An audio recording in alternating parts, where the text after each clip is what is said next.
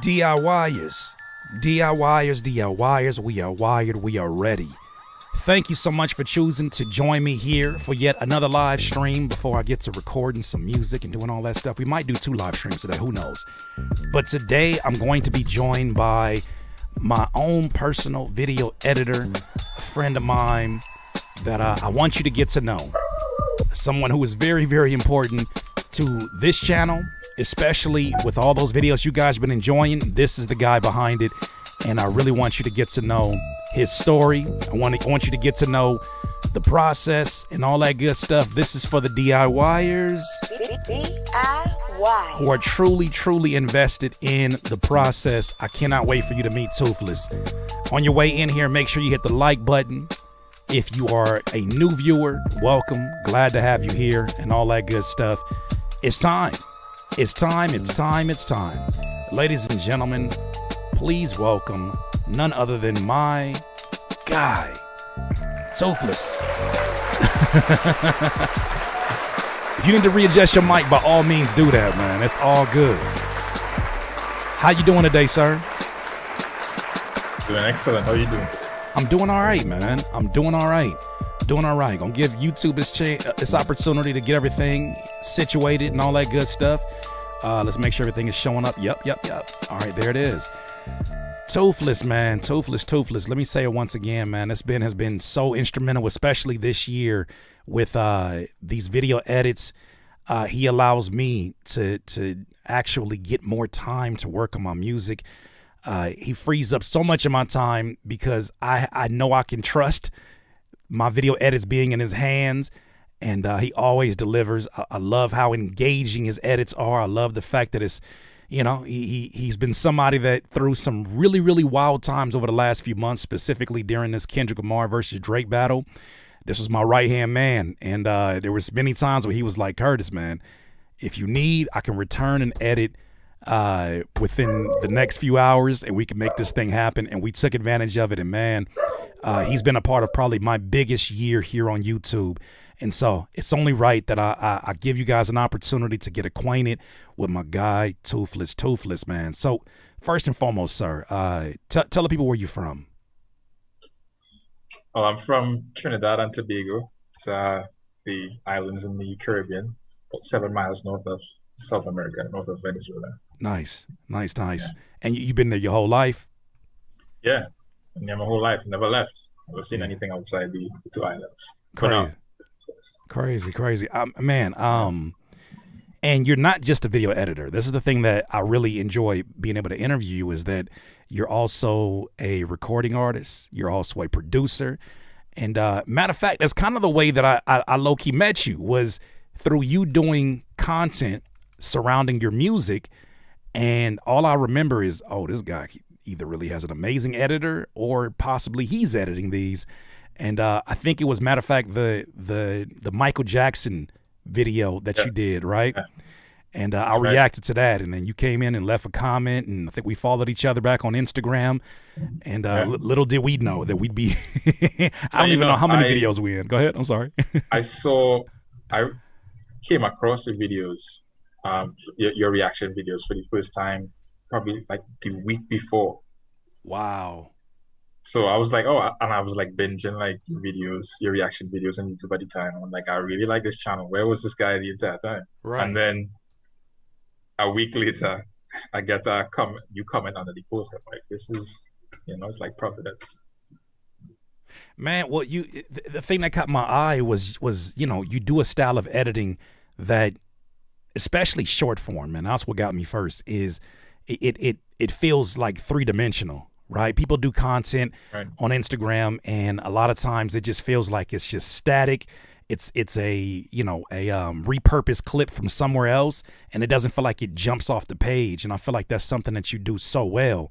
And that the edits that you were doing, like you had me cut out, you had background stuff going crazy, you had the letters were popping in big, like it was as colorful as my personality. And that was something that I was like, man, I gotta see what's up with this dude, man. And hopefully he's in a position where we can collaborate on something. And Especially at this stage of my career, I don't believe in people being my employees. I believe in them being partners. And so there's been many a times where he's had just as much input on what I'm doing as much as I'm giving him input moving along. But man, tell us a little bit about your origin story and how you got started into doing all the work that you did. Yeah, well, I started making videos probably about 10 years ago. Mm-hmm. And I was in high school. Every kid around that. I was born in the year 2000, so people around my age, everybody wanted to do YouTube at some point in time, right? So by the time I was a teenager, I would record just little videos, do vlogs, etc. But when I got to around 17, I decided to make a mixtape off of a bet, right? Mm-hmm. So in my country, there's exams before you finish high school, and there's like a practice test you do, right? And I saw the words Calpurnia's Dream, and I thought that sounds like a Nas album, right? That sounds like a really cool name. Mm-hmm. So I go to my friend, I say, "Yo, it sounds like a really cool album name." He's like, "Hey, it does." I said, "I'll make an album and I'll link." He goes, "Nah, you won't." I'm like, all right, we'll see. So I figured it out. Download some beats, started making music. Around the time COVID happened, I learned how to produce beats.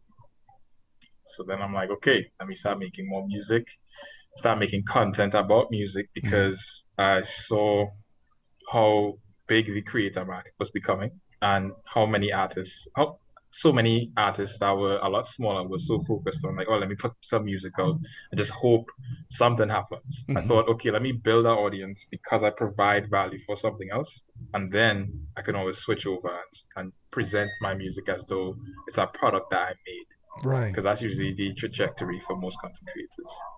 Huh. And are there any people that you've been inspired by when it comes to the actual content space? Are there editors that you kind of look at that kind of inspire you when you're watching their stuff? Um, yes, but if you look at this stuff, it doesn't look like anything Isn't I that do. crazy how that works out? I have the same. Yeah, I get that. I get that for sure. yeah. So there's guys like Tom Noske, and Dan Cole in terms of like writing. Dan Yeah, Cole really did Dan that. Cole was crazy. Yeah. Yeah. Man, and how do you kind of find the harmony between all the things that you do? Because even with your partnership and all of this, man, it still is a lot of work that we do, right? So it's still a lot of work to just be a full-time artist, just to be a full-time producer. All of this stuff is work. But then you add editing. Even though I think I have this theory that there's like a close connection between sampling and video editing. The chopping, the timing, finding, the special pieces and making sure that they're cohesively brought together. Like it almost feels like they're close cousins in a lot of ways. I never thought about it like that, but you're right. All right. Because when I'm editing the videos, I go through and I look for, just like if you're listening to a sample, you look for the parts that make you feel something. Mm-hmm. So when I find a part that makes me feel something, I take it and I put it off to the side. When I finish editing through the entire video, I take all those pieces that make me feel something and I turn that into the intro. Yeah. Yeah. So, I mean, and that's what I'm saying. Like, I started off as a sample-based producer. So seeing all of those things come together gives me the same satisfaction as being there and pulling everything together. But, man, so, I guess I still have the same question. How do you find the harmony between all those things? Like, how do you find the balance between all of it? One second. I don't know if you guys are hearing that. It's a plane. Oh, it's a plane. Yeah, I heard the dogs. I didn't hear the plane.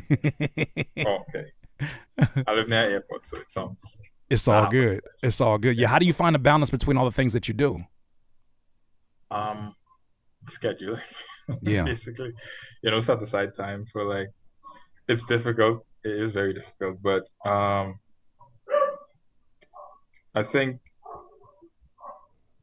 the idea that you don't have time for things is just an illusion. It's based on there's more than enough time. It's just how the time is used, Mm-hmm. So even if it's just like even if I get to spend 1 hour or just 2 hours on like a song or something every day, I could get it past where it was yesterday. So that's progress. Right. So yeah. I don't think anybody's occupied completely 24 hours a day. So if you set aside even 30 minutes just for the thing, that's why I do. So, Right. So you'll basically make the time. You'll make the time. Um, yeah. so someone already has a question for you. Carbon Vibe says, don't know if this was talked about already, but what's your favorite video editing software? This is wait, this is gonna blow y'all mind. Because when I asked them this question, I was completely thrown off. Great question, Carbon Vibe. What is your video editing software that you use? The video editing of software I use is CapCut. CapCut. You hear? Hold on. CapCut. CapCut. It sounds. It is insane, bro. Because I have CapCut. I have CapCut Pro, and it does a lot of things. But you know, certain things that I still use Vegas, not Vegas, Sony, or what is it? It is Vegas Pro. Vegas Pro I still use because of the keyframing. But you do so much of the keyframing and it looks so smooth in the process.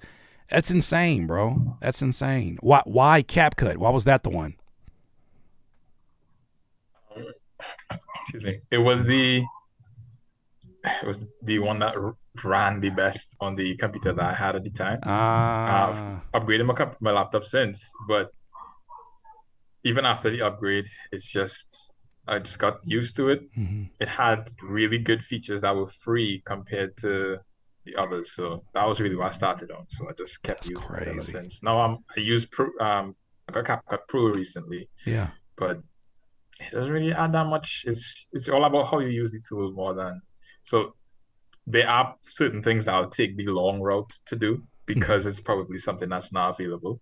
But I like figuring out a way to do the thing that's not available in the software. You know?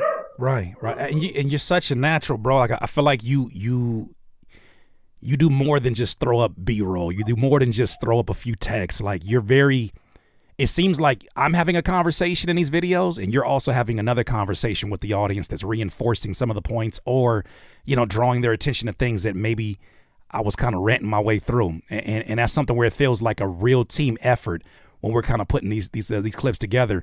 And I feel like that got put to the test during that Kendrick Lamar versus Drake battle. Oh my goodness, man. Yeah. That was an insane time. I mean, you had to even remind me, like, Curtis, go get some sleep, man. You're losing your voice in the process.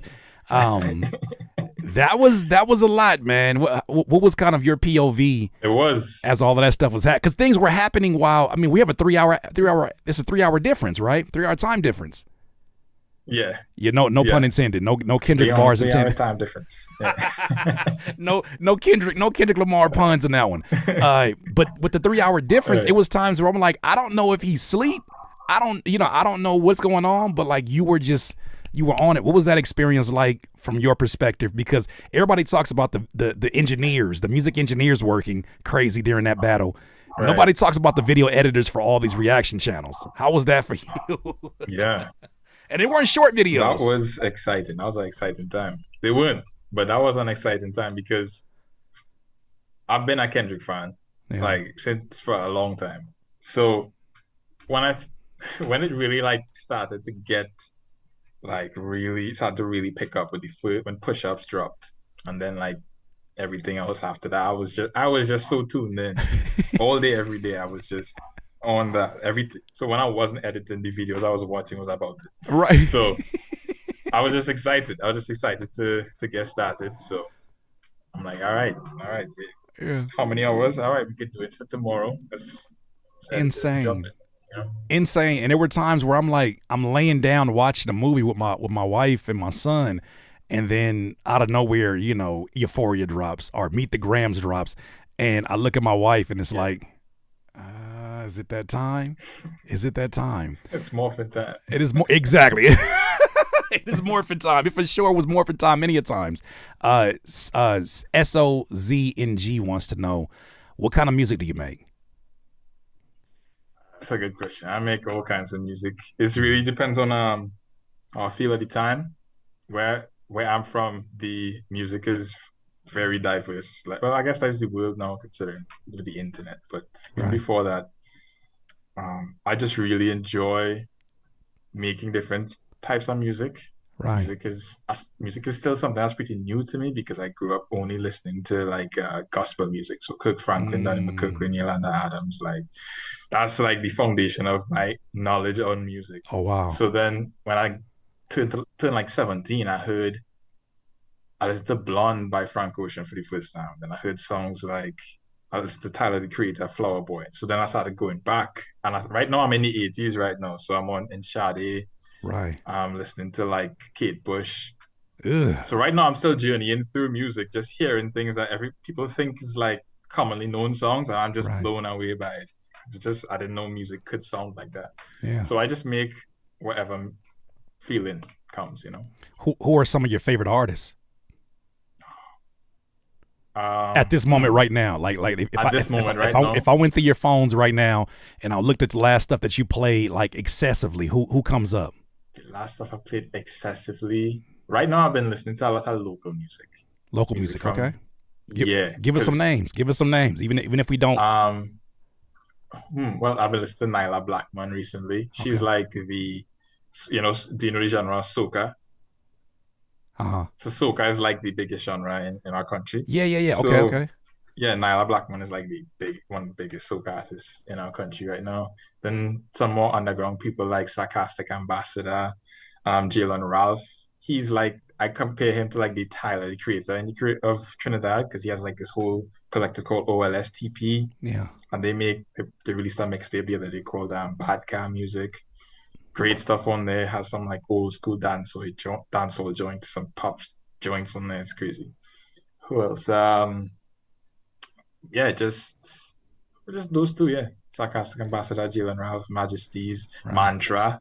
Shout out Mantra. I hope Not trying. Mantra watches this. Okay. Mantra stuff is crazy. He released a mixtape, EP, 4 songs, Yeah. and it's for me making music where I sing in my accent Mm-hmm. is hard. For now, I'm getting used to it, Mm-hmm. but Mantra is unnatural with it, and he makes it sound so good. He has some things that I'm sure you've never heard before, but amazing. I think that's so important too. Like, this is what I enjoy listening to music from all over the world for, because it gives me an insight on what it's like what it's like in your life, what it's like on Right? a daily basis. You know, hearing things that are attached to the accents, hearing things that are attached to, you know, the weather and how that affects the speed of music, the speed of life, and all these things. I think Yeah, that the regional music and the regional, you know, nuances is what makes it so interesting.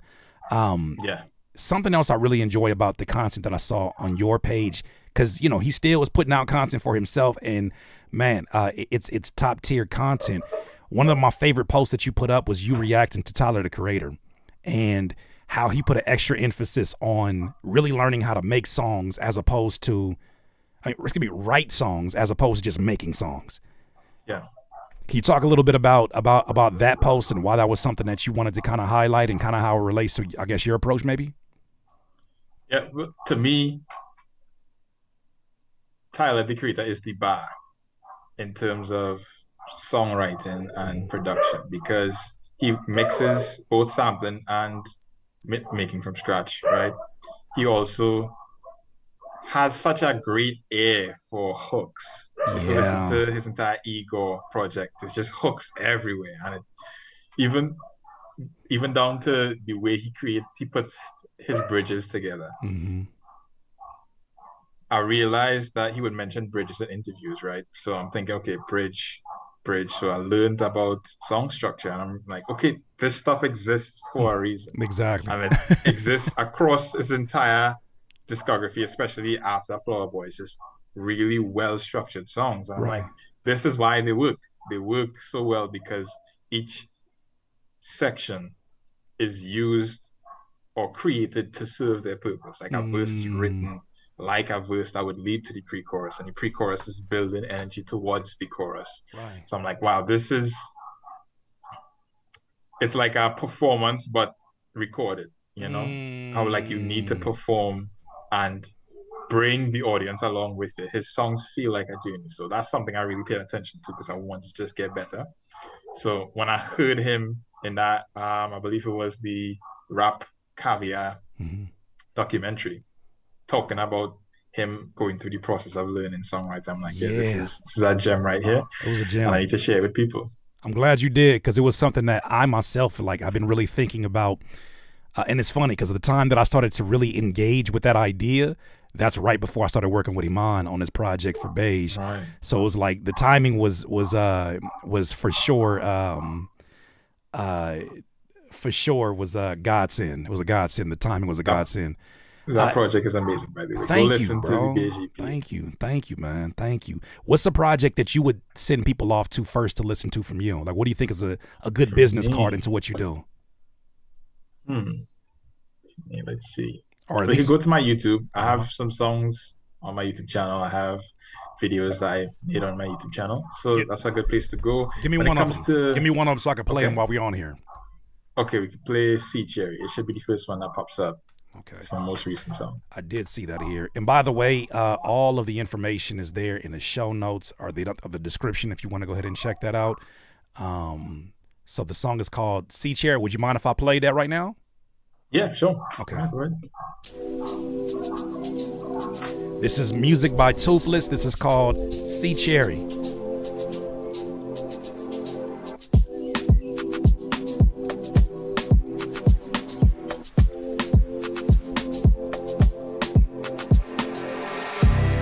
Skin like the sun, hair like the rivers we did. In on your tongue, life like the bricks that they live. She remember the things she found us say. Though the trouble, yeah, every day. Say a prayer, everything will be okay. I know that you're waiting to see.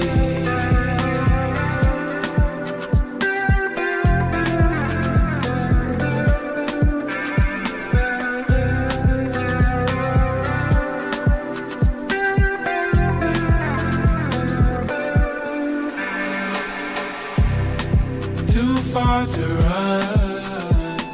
This is dope. I tell myself that I hate. They call me the one, but some days I feel like I'm failing. I remember the thing my father said. Though the trouble, yeah, every day. Say a prayer, everything will be okay. I've only been waiting on you.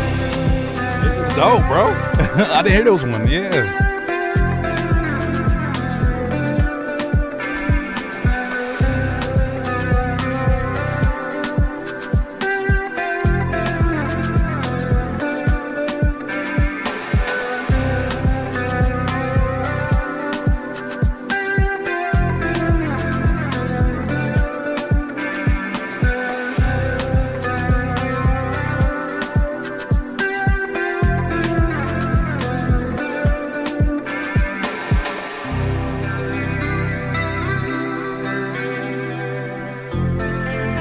Man, I wish y'all could see this video.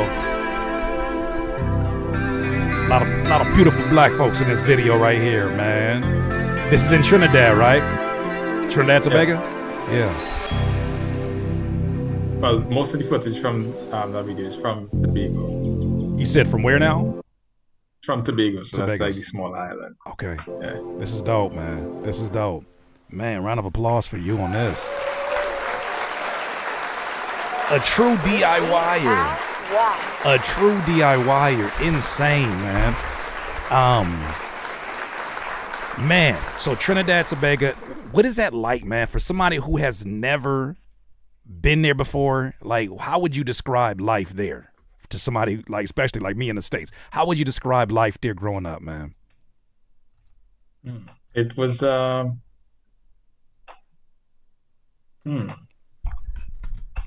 It's hard to describe because I don't have anything else to contrast. To reference it, yeah, right.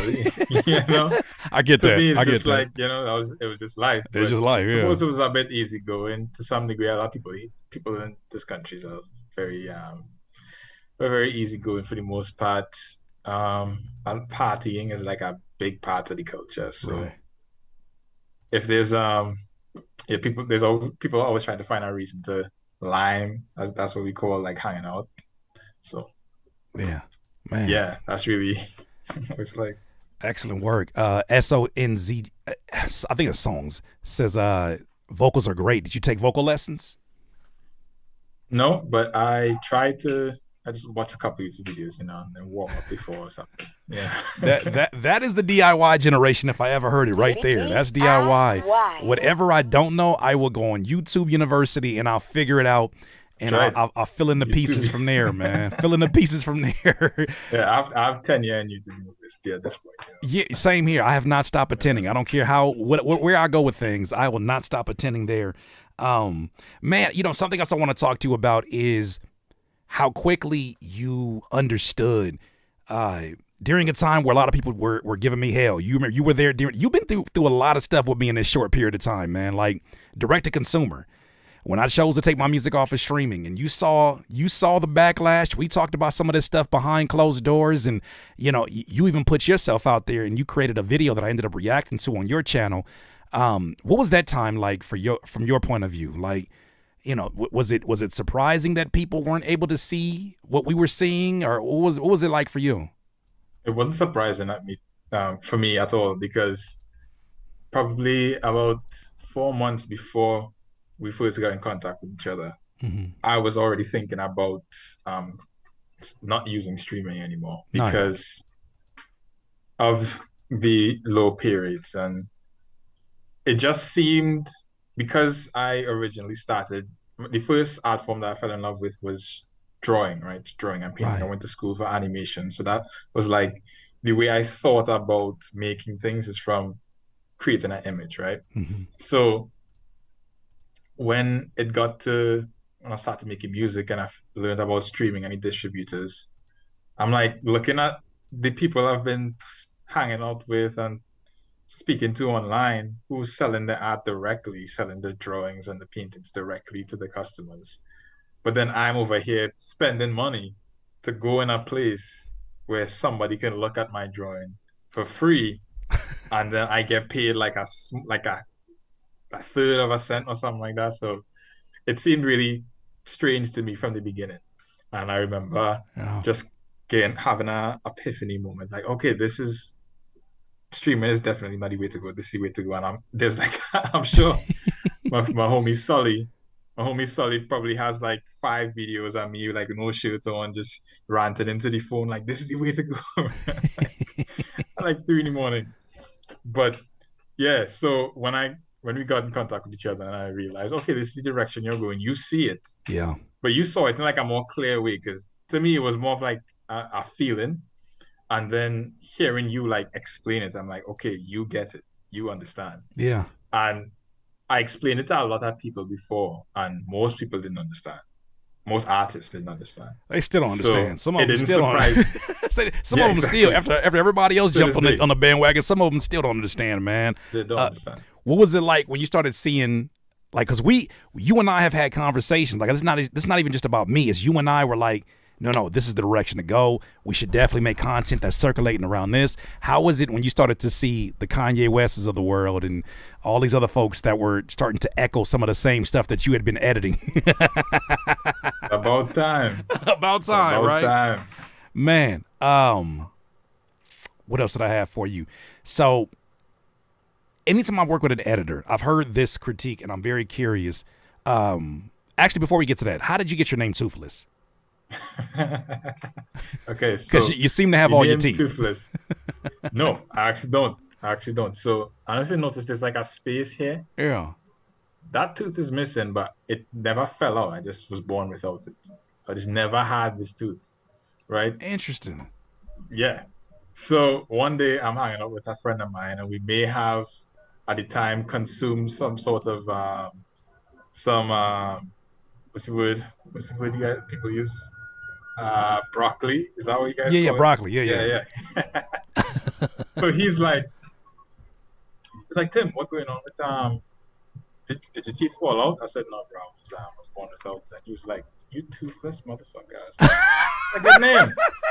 That's a great He name. said, Eureka, I think we got something. Yeah. That's crazy. Well, I mean, look, ain't nothing wrong with a truthful story. There it goes. That's how it happened. Yeah. That you got your answer. Y'all got your answer there. That's wild. That is wild. So the question I was getting to before that was, anytime I work with an editor, they always have told me something along the lines of, as they edit the videos, they start to kind of like see the content almost in a different way. They start to kind of like ruminate with their own thoughts, because it's a very intimate process to sit with my videos that are just raw videos. You're zooming in, you're zooming out, you're repeating things, you're editing things out, you're getting my ums and my ahs out of the conversation. You're really there with me for a lot of time. I'm curious, what has been the POV of editing this kind of material? Has it bled into your thoughts at all? What can you tell us about that? Because I'll never have that point of view, because I'm me. Every video I edit, it's either I get fully immersed in it, to the point where if you say something I disagree with, at some points I get a little heated. I'm like, well, how? Because I'm like arguing with you whilst I'm editing. Sometimes I'm like rooting for. I'm like, yes, exactly. They don't understand, Right. And it's like the Tupac video, for example. That one impacted me a lot because I didn't know that much about Tupac. Right. Like, I knew about him, I knew the name, and I remember first you made a post on Twitter about younger artists disrespecting Tupac, and I replied on Twitter. I was like, what's the big deal? I understand, But then after editing the video, I had to find footage of Tupac to put in the video. So I'm watching these videos of Tupac interviews, and I watched, like, I don't know how many Tupac interviews I watched. I watched a lot of them, and I'm like, okay, wow, I understand.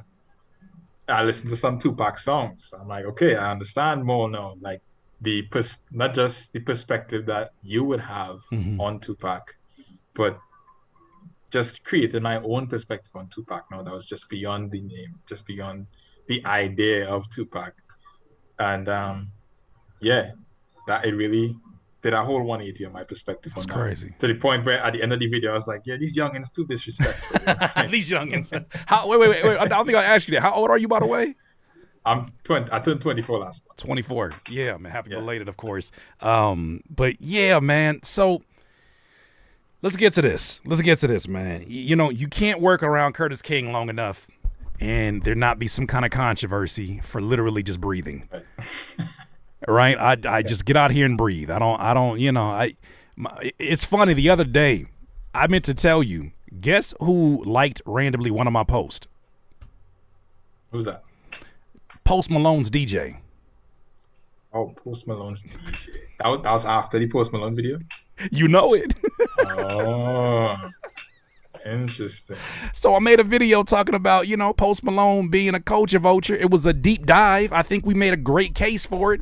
By the end of that video, the beginning of the video, I went from, he's a nice guy, to the end of that video being like, I can't stand this guy.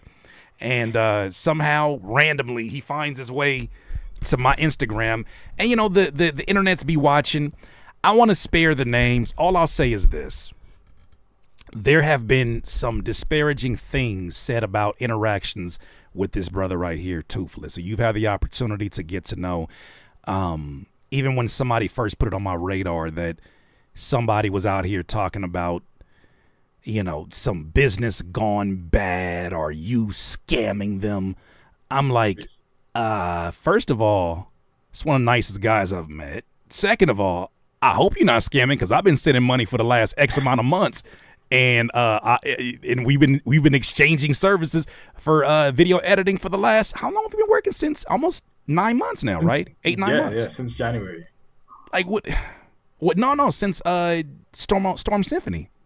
Right. That was the first edit, right? Because we were doing the direct to consumer video. So, and it's crazy. Shout out to my guy Weaver Beats, who was kind of trying to figure it out, and he did his due diligence, and it was really interesting. The person, it was interesting. I was watching a video. The person that was accusing you of scamming, you randomly popped up in their stream, and you cleared up all this information.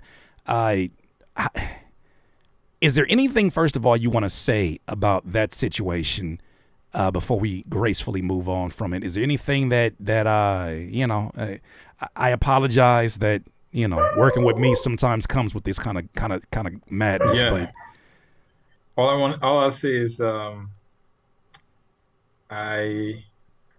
be a lot more. I don't know if it's possible for me to even like me paying attention to people would prevent something like this from happening again. But I suppose I don't know if there's anything else I can say. Really, Right. Everything's been cleared up. Good. Well, I'll say this: a lot of people will use the people that are closest to me, that work with me, as a way to get to me. Right. Ultimately, it's about trying to get my attention. I ignore the shit. I mind my business. I move on. We got too much work to tend to, man. We got way too much work to tend to, and there are people hell bent on making whatever they can to be a part of what's going on, and we just moving too well, man. I gotta thank you, Toothless, man. I'm sorry, you gonna say something? Yeah, and the last thing I'll say about it would be, whenever someone's falling, they usually grab something above them to stop it. One more time. Somebody gonna have to tell the truth. One more time, Toothless. What is that you just said, sir? Very wise Whenever man. someone's falling, they usually grab something above them to stop it. Whenever someone's falling, they usually grab something. And you know what I told you in the DM, and this is really about anybody. I said, they only attack you when you're strong. They only attack you when you're strong. Secondly, I said, one thing that I will never do moving forward is aim down. If I feel like somebody is pulling, like you just said in this analogy, I've got no business to tend to with them. I God bless them. I wish them the absolute best. I hope that they go through whatever God has planned for them. But could you repeat that one more time? I love that quote, man. Whenever someone's falling, they usually grab something above them to stop it. Yeah, man. Good luck with that one, buddy. Whoever that may apply to. But man, let's continue on to this amazing work that you're doing, bro. I could not do this without you, and I got to make sure I give you your roses while you're here. And anybody who's ever enjoyed a piece of content on this channel, you must understand how important this gentleman is up here. If it was not for him, I would be so miserable just doing reaction content. I'm really an artist. He's really an artist. We're both artists. And I would love to hear you speak about this as well, in that I shouldn't say cannot. I am a better content creator if I had the opportunity to work on music the night before. If I had an opportunity to be creative in another way the night before. Today, after we get off of here, I'm just writing features today, right? I'm recording features. I'm sending them in. That fills me up. That fills my cup up. So then now when it's time to do reactions about the crazy Canadian or whatever's going on or whatever's going on in hip hop at the time, this levels me, man. This keeps me very, very sane and very, very happy with the balance of work that I'm doing. But I cannot do this, man. As much as you gave props on that project with Iman, that can't happen if you don't free up the time that you're freeing and doing it at such a high quality that I can trust you, literally having the keys to my business, man. And I just got to say thank you, bro. Yeah, thank you. This entire experience has been life-changing, and it's a blast. I like how in your videos you usually mention what it's like being a DIYer, and you say it's not something you have to do, it's something you get to do. Mm-hmm. And that's always like a good reminder whilst I'm editing the videos. Like, I get to edit these videos. Mm-hmm. It's not something I have to do, it's something I get to do. Facts. That's something that sometimes it's hard to stay in touch with that point of view. But it's the truth of the matter, in that a lot of this stuff we are absolutely privileged to be able to do. Song Z, don't even worry. I am butchering I'm butchering your name like crazy today. I'm sorry, I'm butchering your name. Sozing. Don't worry about them crazies in here. That's what happened. That's what happens. Don't worry about the crazies in here. They do that. Whenever I go vertical videos, I don't know, when I go vertical videos, probably bots or something. Yeah, bots are just kids, man. Kids are the only ones that got time to just troll whatever live stream pops up. They in class right now. Go pay attention. What's up, Fly Science? Do you guys have any questions for Toothless? It wasn't going to be a long interview. I just wanted to make sure that you guys got an opportunity to get to know him. Oh, I got a question. As they're asking questions, I got a question for you. You are literally an artist. You're literally a producer and an editor. It is so challenging, I've seen from my peers, to balance even just the video editing. They hate video editing. They hate the process of chopping and rendering and how frustrating it could be when they feel like they're not that good. What advice would you give to those artists that would like to increase their content? Like, what are some things that you have kind of learned in your journey that help you to kind of make high quality content? There's two approaches to it. There's the more technical aspect where I learned to edit based off of copying, essentially, just like anything else. So I see somebody do something and I try to replicate it. If you don't enjoy the process of editing, it doesn't need to be a fancy edit. It could just be very simple, because movies, there are almost no graphics in like you watch The Godfather. There's no like subtitles popping up, but it still works because of how it's edited, the timing in which it's edited. They edit on the action. That's a good point. Just the cinematography. So it's really just levels depends on how deep you want to go into it, and if you enjoy it, there will be more motivation to go deeper into it. And, Yeah. If you find it difficult, just keep it simple. Keep it simple. I like that point that you made. That's actually a really, really valid point. And, you know, it's one of my favorite movies as of recent. This is going to sound kind of crazy because this movie is a little bit sick. Nightcrawler. You ever heard of the movie Nightcrawler with Jake Gyllenhaal? Yeah. Yes. The way that it was shot, the speed of the edits, it was, like you said, there's no graphics. It's, you know, all that attention span that people say that people don't have.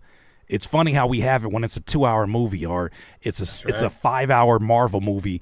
Like we'll figure out some patience for some reason, or when it's a 6-hour podcast, how do we figure out patience there but nowhere else?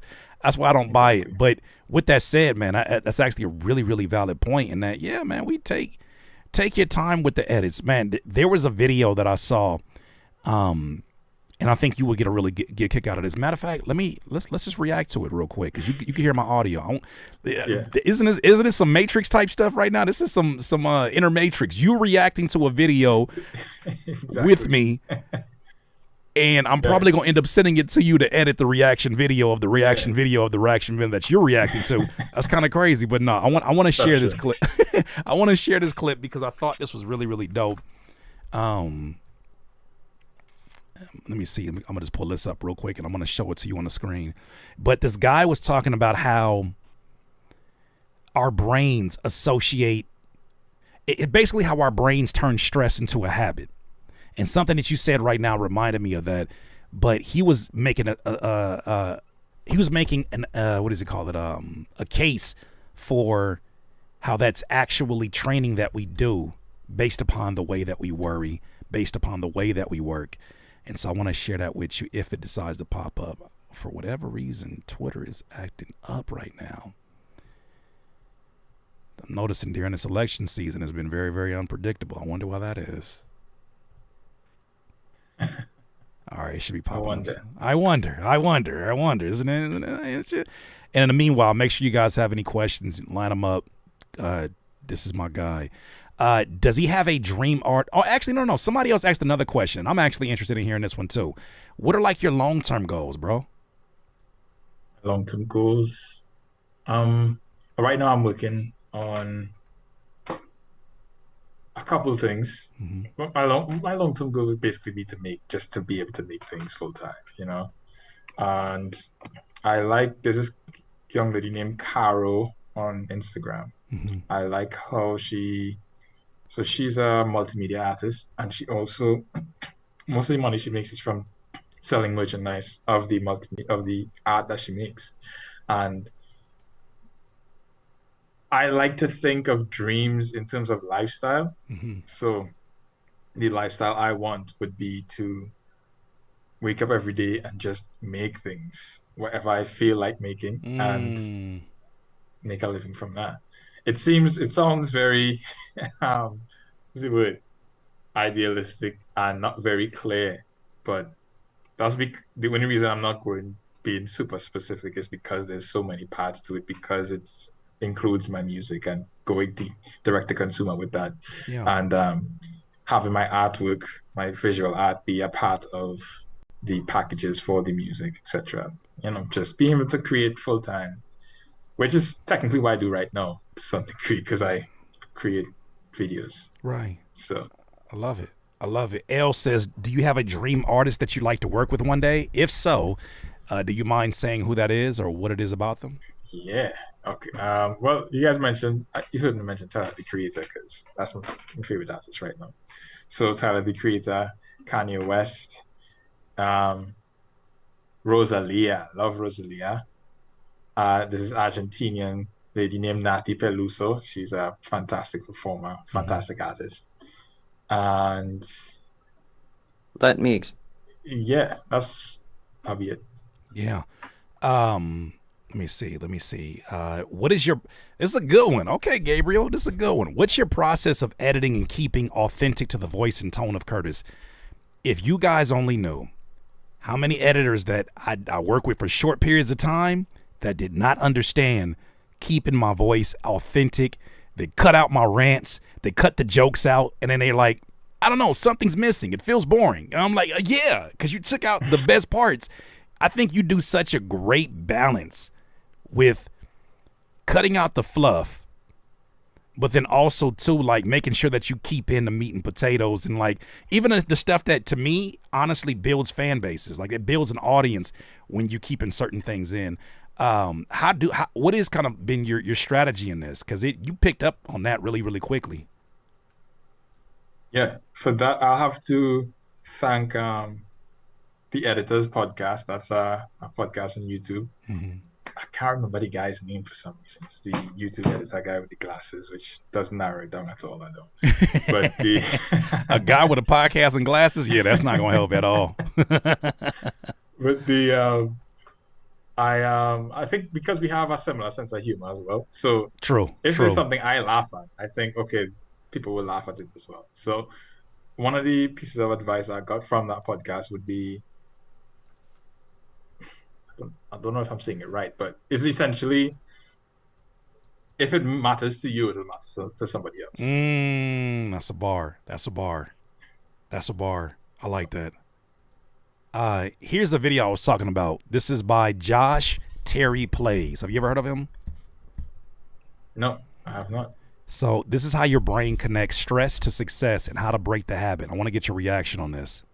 Let me explain how your brain makes stress a habit. First, it feels stress because something needs to get done. Second, you get it done and feel good. Third, your brain remembers two things from that experience: stress and success. Fourth, it decides that stress causes success. And fifth, your brain then decides to make you feel more stressed so that you can get more success. If you want to stop being stressed, then you need to teach your brain another way to get success. If you put yourself in a relaxed mood and then force yourself to finish something while staying relaxed the whole time, your brain will start to think that being relaxed causes success. Your brain wants to help, and it's just doing what works based on what it experiences. If you want it to behave differently, then give it a different experience.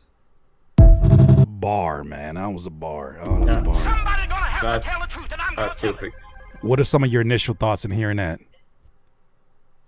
My initial thoughts on that would be, it makes perfect sense. And I was actually thinking about this the other day, because if you decide that you perceive work or anything in a particular way, it actually changes your experience of that thing. And the only way an individual would determine that something is true is based off of the experience. So you're now making what you perceive this thing to be, you're making it true. Yeah. Because it's your current perception. So by changing the way you perceive work or perceive something that you might find difficult and shifting it to being something that you enjoy or looking for the things in it that you would enjoy or turning it into something that's enjoyable. It would then color your experience, which would then make it actually genuinely enjoyable because then it would be true to you, you know? Yeah. I love that. I love that. Yeah, that video did it for me because I was like, I know I need to hear that. My body and my mind has been trained to operate in chaos. It has been trained since very, very early in life to work in chaos, and that's helpful. And when you're in a survival mode, it's not helpful as you get older. Like as I get older, my body is not reacting the same way. Matter of fact, it's kind of asking more questions of like, why are we doing it like this? If it's not fight or flight, but my brain just kind of goes in that mode when it's game time. But it's important, man. Right. Right. It's and it's something that's really difficult to get rid of because I definitely resonates with that feeling of. Cause I think I'm better. I perform better under pressure, but same thing I say. It shouldn't even. It shouldn't be that way. It shouldn't require the world to be ending for me to be able to, enjoy. I'm about to say that probably explains why I'm trying to get my entire live stream together in 15 minutes. I bring all my cameras upstairs. I'm doing my lighting. It's like, yeah, I like the pressure. It's like, no, you have bad time management, and and that's a trauma response. Like, how about we just?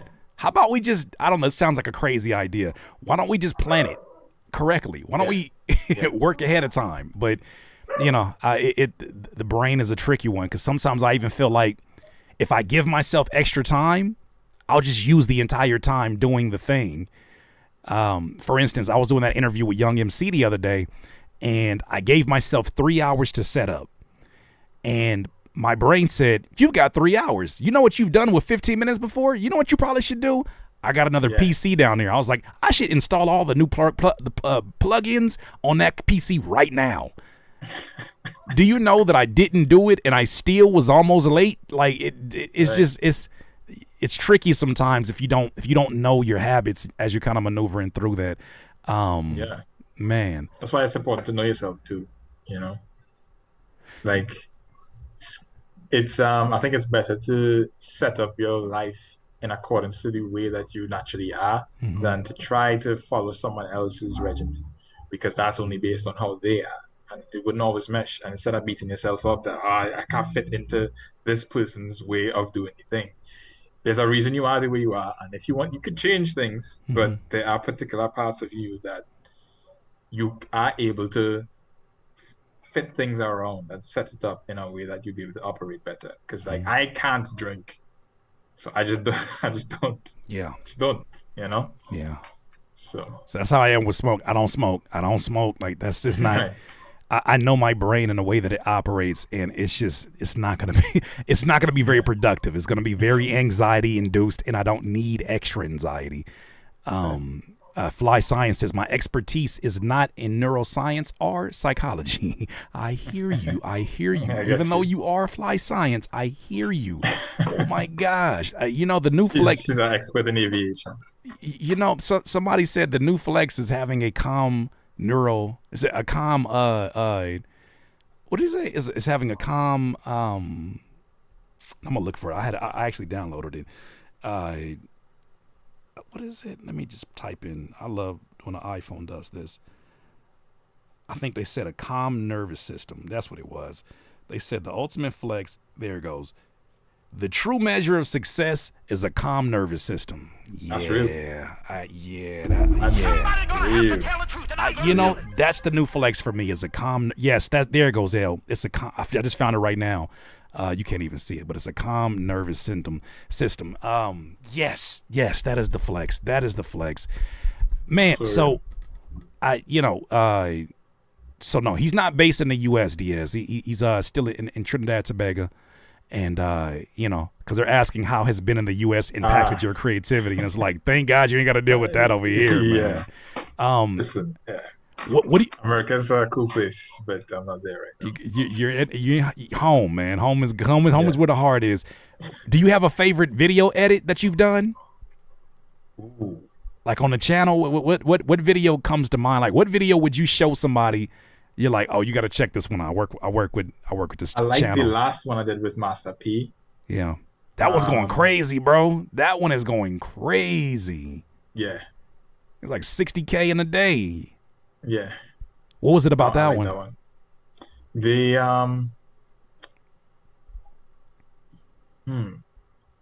I don't know. I just like the way the video flowed. Yeah. It was an entertaining video. Then there was a video about Drake with the women reacting to Drake.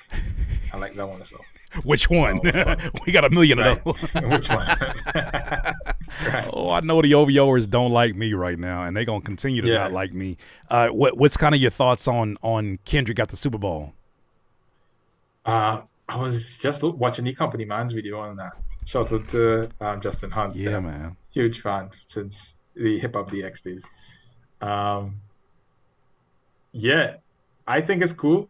It's a great moment for Kendrick right now. Kendrick is at the top of everyone's mind right now. Mm-hmm. So him performing there would capitalize on the moment. And right now, and I'm sure he'll release something.